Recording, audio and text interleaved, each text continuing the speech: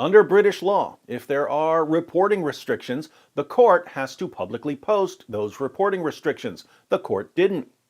Tommy wanted to be on the safe side, however, so he acted as if they had posted reporting restrictions, even though they hadn't, and he was careful not to share any information that wasn't already in the public domain. Under British law, the courts can't restrict sharing information already in the public domain. If you watched the live stream Tommy was arrested for, the only information he shared was from articles that were publicly available. The original verdict was appealed due to unfairness and no due process. There were no charges of prejudice in the case or potentially collapse in the trial as the media continued to push out. They originally tried to bring those charges last year but had to remove them as it's been proved in court twice that nothing I said in my live stream could have prejudiced the jury. This is why Tommy was eventually released following an appeal.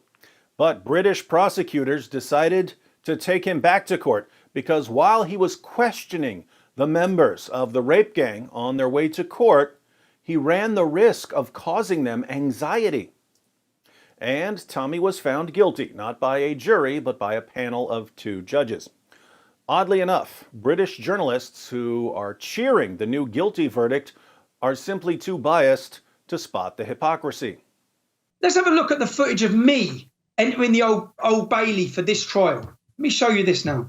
Tommy Robinson, are you going to face justice for potentially collapsing this trial? I didn't potentially collapse any trial. I'm actually not in charge. I'm not on trial for potentially collapsing a trial. My charge is causing anxiety to the men walking into court by putting cameras and asking them questions. Exactly what you've just done to me is what I face contempt of court for. Exactly this. You think this is causing me anxiety? Look at your actions. That's what I'm facing trial for. I didn't act this way. This is a facade. The whole public know that. That's why the public are here to support me. No, I didn't nearly collapse. That's a lie. You're lying. I didn't nearly collapse. The judge's words in that case, nothing I said could have caused prejudice to jury. Nothing. That's the judge's words. Read the transcript. Do your job as a journalist. Were you in contempt of court? No, I wasn't. That's why I was released from prison. The whole case was unlawful. So, bogus charges, bogus media, bogus judges.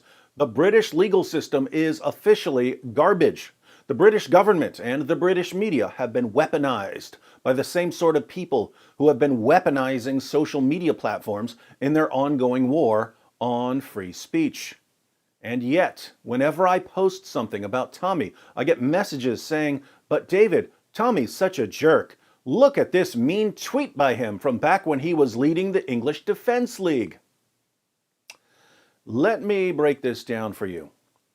There are all kinds of very important discussions going on in the world.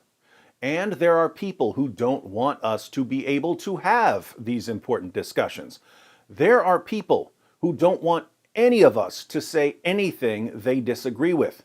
There are people who are working tirelessly to have you deplatformed on the internet if you say something they disagree with. There are people who want you thrown in jail if you say something they disagree with.